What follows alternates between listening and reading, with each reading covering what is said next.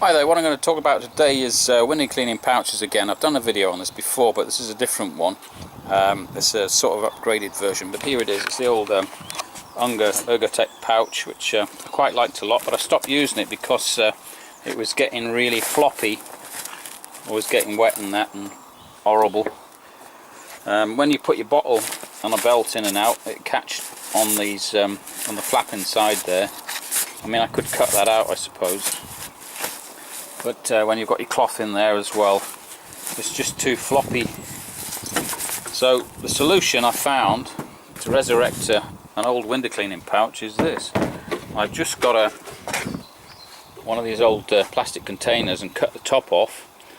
You have to fiddle around. It might be that you've got a smaller pouch than this, but you have to just find a matching plastic bottle, but this one just seems to slot in there.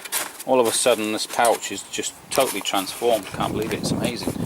When he keeps it dry as well, of course, now keeps it rigid.